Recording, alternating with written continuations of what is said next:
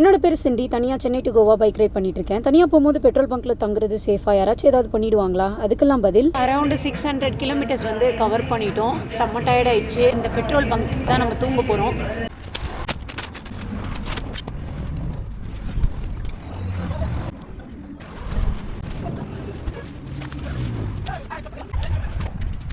ஒரு 2-3 hours rest எடுக்கிறதுக்கு வந்து நம்ம நிறைய செலவு பண்ணி ரூம் புக் பண்ண தேவையில்லை. பெட்ரோல் பங்க்கில் ஸ்டே பண்ணிட்டோம் அப்படின்னா இங்கே கேமராவும் இருக்குது, சேஃப் தான். இங்கே நைட்டு நம்ம வீதி தான்.